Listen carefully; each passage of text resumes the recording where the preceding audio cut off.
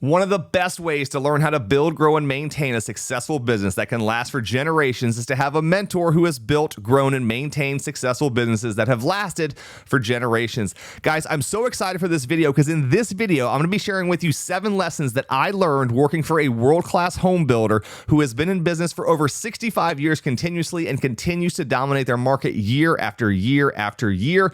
These are lessons that were learned by this builder over decades of staying in business and figuring out what works and what doesn't, and how you create a successful, sustainable business over the long haul. You do not want to miss these. These are lessons that I have learned that have served me well in my real estate career, other businesses, and just my life in general. I'm excited to share them with you, and we're jumping into it right after this.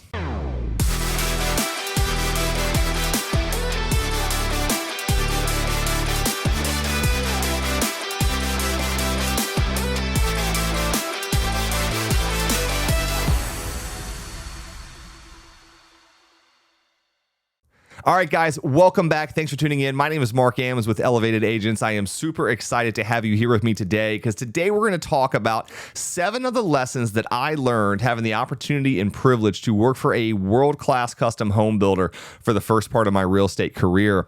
You know, that's how I got started in real estate, was actually in new construction. And so I had a background already in construction and building and manufacturing. And so building and creating was kind of a part of my DNA. And real estate was something that I had an interest and a passion about. And when I was able to meld the two together and not only sell houses and be a real estate agent, but also help to build these homes and redesign the homes and, you know, do the electrical layouts and floor plan changes and cabinetry designs and all of these different things that I got to do, it was a really, really amazing opportunity. And I got to learn a lot, not only about real estate, being a real estate agent, how real estate transaction works, but also about how running a successful business that can last for generations truly happens.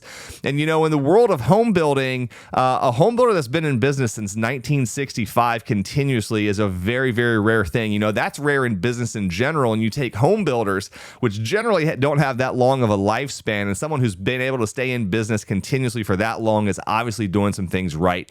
So in this video, I want to share 7 of the lessons that I learned from this home builder that made it possible for them to build a thriving, successful business that has been able to stay successful for that length of time. So I'm excited to jump into these with you. So the first lesson that I want to talk about is one that if you listen to will save you time, money, frustration, headaches, bad reviews. It'll probably save you a lot of things if you actually pay attention to this. And it's this: understand that not everyone is going to be a good fit for you and your business. Okay? It's very easy early on, particularly in a sales career, to get wrapped up in just trying to get the sale from anyone who will give you the sale. And that is a great way to make some income short term. And it's a great way to have a lot of headaches, a lot of frustration, and ultimately ruin your business over the long run. And so instead of trying to do business with everyone, when everyone is not going to be a good fit for you, figure out what your ideal client avatar is. What does that person or those people look like? And I don't mean physically look like, but what are the traits that they have that would make them a good fit for you and your business and the way that you operate your business and run your business?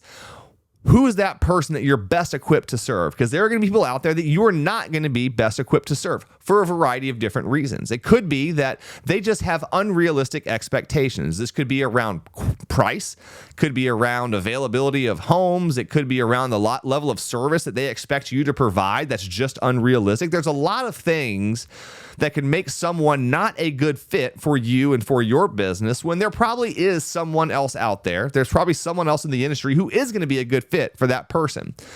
And if you end up deciding that you're going to do business with someone that you knowingly understand is not a good fit for you, you will find yourself dedicating so many additional resources in terms of time and energy, particularly mental real estate, because what you'll find when you do business with people that are not a good fit for you is they take up a ton of mental real estate because you're constantly in this problem-solving mode because there's always a problem.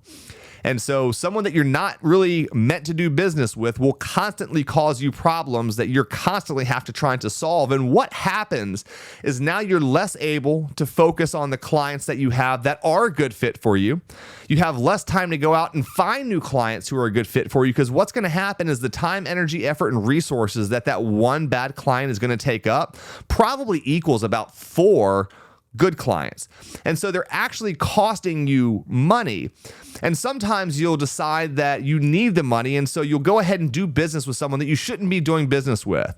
And then inevitably what happens is things pick up, things start getting faster, and you don't have the capacity to go out and work with new clients because you're so wrapped up trying to deal with this person that you got in business with that you just never should have gotten in business with in the first time.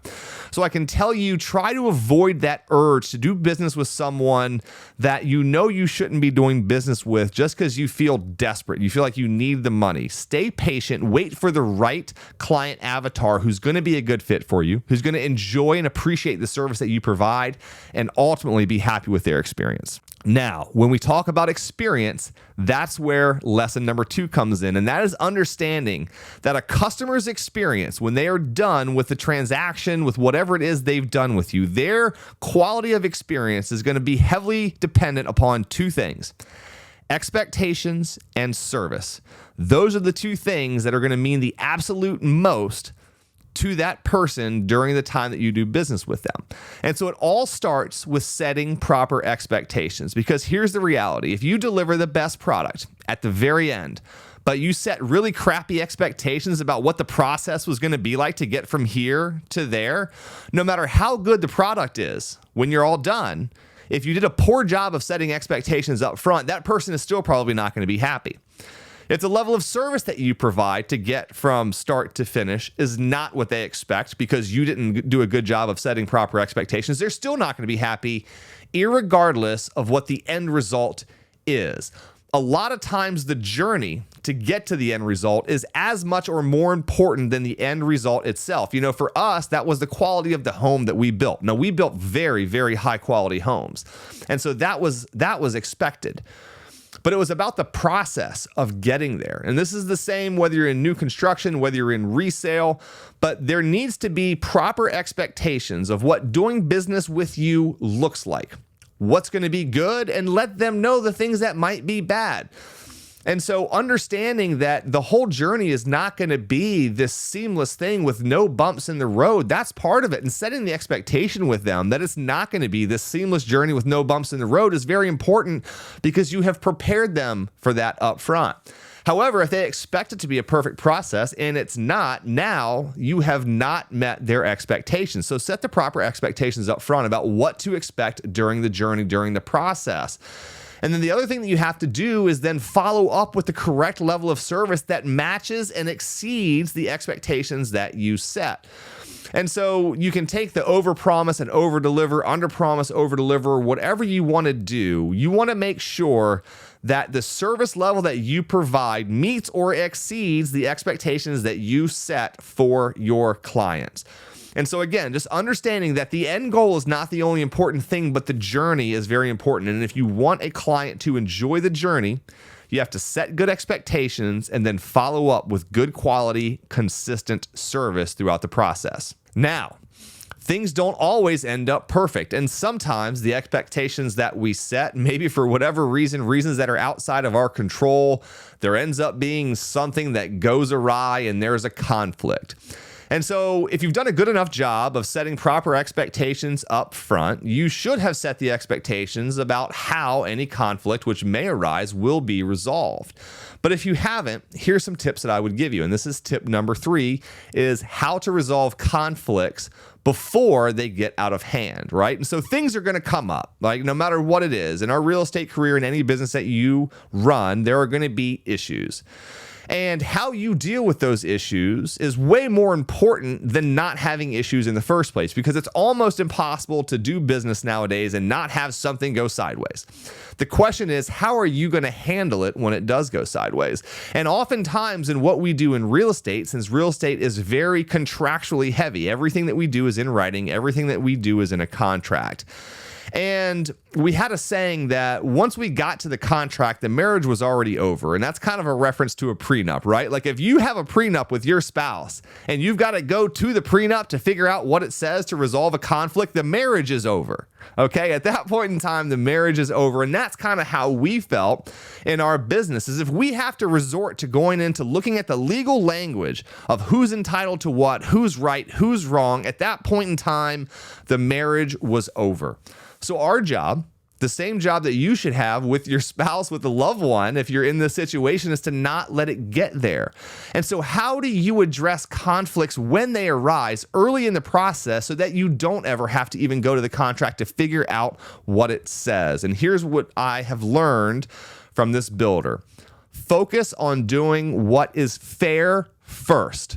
Doesn't matter what the contract says. If you're in the right, But what being in the right means is that it's going to look like what you're doing is now unfair to the other person. Take the hit, whether it's financial, whether it's your own pride, whatever it is, take that hit and try to do what's fair first, because generally people are really just looking for a fair resolution to the conflict. They just want the problem solved. And so if you can look at this from the perspective and get everyone together and figure out what's fair, you can avoid so many times when the conflict goes deeper and deeper and deeper and just gets ugly. Don't let it get to that point, guys. So do what's fair. And when there's an opportunity to err on the side of helping the other person out a little bit more than helping yourself out, even though it might be painful, even though it might hurt your pride, even though it may cost you a little bit of money, that over the long run will be so much more beneficial to your business than you can ever understand. If you just treat people kindly and fairly and do the right thing, your reputation in the industry and what you do will supersede you, and people will come back to you time and time again. And you can take someone who had a bad experience with you, right? Meaning that there was something that happened that didn't go right. But if you can handle it the right way, and you can be fair and you can do right by them, they will go out and tell people about what happened. They will become your evangelist. Even if something went wrong, but you handled it right, the fact that something went wrong was not the issue. The fact that you handled it right is the thing that will supersede you and will create the reputation that you have. Now that leads us into lesson number 4, which is understanding that your brand and your reputation are everything when it comes to growing, building, and maintaining a successful business that can last for generations. You know, we were really fortunate as a builder in that we had to do very little advertising. We had spent very little money on advertising because we really didn't need to, because we had been in business long enough and we had followed all the principles that we just talked about, right? Making sure that we do business with the right people. Because if you don't do business with the right people, those are the people that are going to go out and give you bad reviews. They're going to tell other people that you're not a good business or a good person to do business with. Well, they just weren't the right fit for you. Okay, we made sure that we set the proper expectations and provided a high level of service and delivered a high quality product. That was important. We also made sure that when the inevitable conflict arose because something went wrong, we handled it in a way where everyone felt at the end they were treated fairly and no one got the short end of the stick. So those 3 things combined were a huge reason we had the reputation that we did. But what you find is when you do all of those things consistently, without fail, your brand and your reputation gets so strong that you have these raving fans who want to go out and evangelize for you and tell people why they should be doing business with you. You know, when someone has a phenomenal experience with you, start to finish, you deliver a great product, you deliver great service, you set great expectations, you treat everyone fairly, they want their friends to do business with you because you treated them so well. And what was funny is we had people that we didn't even do business with, that we didn't even build homes for, who would go out and tell people why they needed to do business with us. They would come into a model home, they would want to buy a home from us, and for whatever reason, it just wasn't a good fit. Maybe our budgets weren't in alignment, the price we were selling out and the budget that they had, we just couldn't come together on that. Maybe we didn't have the right floor plan that we could build for them. We didn't have the right lot. There was any number of reasons that we might not be a good fit, and we may end up not building for this person. But because those people were treated so kindly and fairly and professionally and with the most dignity that we possibly could during the process, they would still go out and tell other people to do business with us when they themselves had not even done business. And that's the power of having such a strong brand and such a strong reputation that people who haven't even done business with you will suggest to other people that they need to do business with you. So that's lesson number 4. Understand that your brand and your reputation precede you and that they mean everything for maintaining your business over the long term. Now, when we talk about staying in business for a long period of time, and remember, we're talking about a builder who has been in business consistently for over 65 years, which is multiple eternities in the real estate world, in the business world. The reason they were able to do that came from one very simple lesson that I learned, and that is this: don't get greedy when times are good. I'll say that again. Don't get greedy when times are good, because that tends to be the Achilles heel of so many businesses that just takes them down. Is they don't understand that we go through economic cycles and we have booms and we have busts. And when there's a boom, they don't think about the fact that that boom is going to end and it's going to turn into a bust eventually. And so they make poor business decisions. They over leverage themselves. They go into land positions they shouldn't be in. They invest money that they probably shouldn't invest. They spend money they shouldn't spend. They hire people they shouldn't hire. And they do all of these things when times are good, and then the market shifts. And it can shift fast, and we all know that. And then what inevitably happens is they're so over leveraged, they're so far over their skis that they just can't hang on, and they go out of business. And this happens time and time and time again in all businesses, in real estate, with builders, with agents, right? We've seen this recently with the market we just had. We just came out of this boom during COVID where the market was just killing. And a lot of agents did a lot of things that they probably shouldn't have done that has now led them to no longer be in the business because they got greedy when times were good. So the lesson here is have a plan, a focus plan, and continue to make solid business decisions that would be a solid business decision when the business is bad and also when business is good. Because if you're making irrational decisions when business is good, eventually business will be bad, and those irrational decisions will come back and bite you in the ass, and it will put you out of business. So that's a huge lesson to learn to stay in business for a long period of time. So when we talk about staying in business for a long period of time, that brings me to lesson number 6. And this is probably one of the most important lessons that I learned, because I think it's one of the things that really helps to guide all of the other decisions that you make in your business. And that is this: always put the long-term goals, the long-term vision, the long-term benefit above short-term gain. I'm going to say that again, because again, this is probably one of the most important lessons that I learned. Always put the long-term goals, the long-term benefit, and the long-term vision above the short-term gain.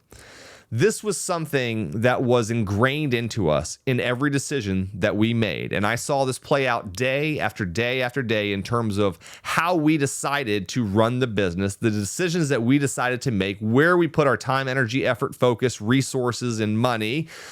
And what you find is that a lot of times this is a very hard decision to make because it means that there's going to be potentially short-term loss or short-term pain, but that will ultimately equal long-term gain, long-term benefit.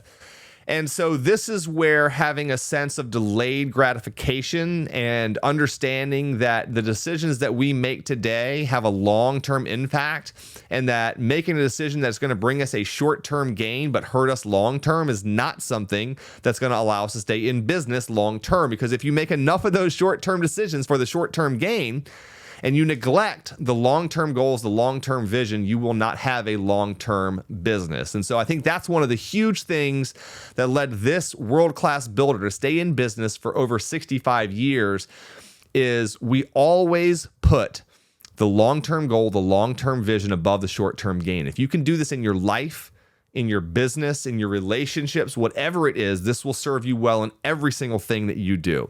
All right, so the last lesson here, lesson number 7, is really like a collection of habits that were instilled in us in terms of how we operated day to day. And there was a couple of things that were just extremely important to the builder that us as real estate agents working for this builder did.